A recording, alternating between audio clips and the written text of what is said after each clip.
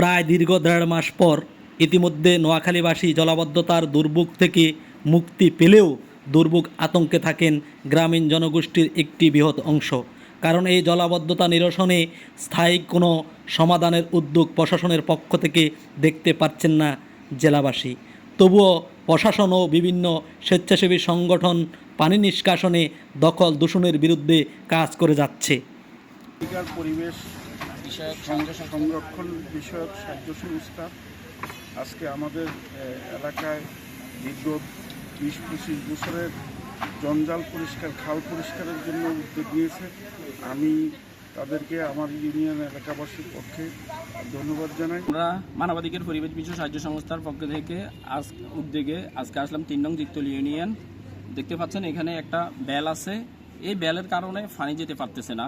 তো আমরা এই বেলটা জালটা তুলে ফেলতেছি, আর আমাদের পিছনে কচুরিফেনা আছে, আমরা কচুরিফেনাগুলো পরিষ্কার করব। তো আমরা আমাদের সংগঠনের পক্ষ থেকে আমাদের কার্যক্রম চালু রাখছি নোয়াখালীতে জলবদ্ধতা নিরসনের জন্য। তো আমি নোয়াখালীতে যে স্বেচ্ছাসেবী সংগঠনরা আছে তাদের প্রতি আহ্বান থাকবে তারাও যেন এগিয়ে আসে। নোয়াখালী জেলা বেগমগঞ্জ থানাধীন ৩ নং জিকতলী ইউনিয়নের মানবাধিকার ও পরিবেশ সংরক্ষণ সংস্থা থেকে আমরা চলমান কাজগুলো শুরু করতেছি পানি নিষ্কাশনের।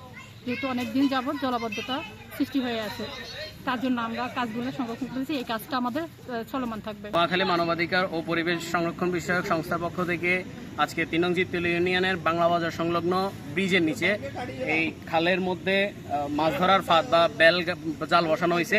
আমরা এই জাল উত্তোলন করে নষ্ট করে দিচ্ছি এবং পাশাপাশি পানি যাওয়ার সুষ্ঠু ব্যবস্থা করে দিচ্ছি। নোয়াখালীতে জলাবদ্ধতার শুরু থেকে পানি নিষ্কাশনে ধারাবাহিকভাবে জেলার বিভিন্ন উপজেলায় কাজ করছে মানবাধিকার পরিবেশ সংরক্ষণ বিষয়ক সাহায্য সংস্থার একজাক উদ্যোগী স্বেচ্ছাসেবক দল।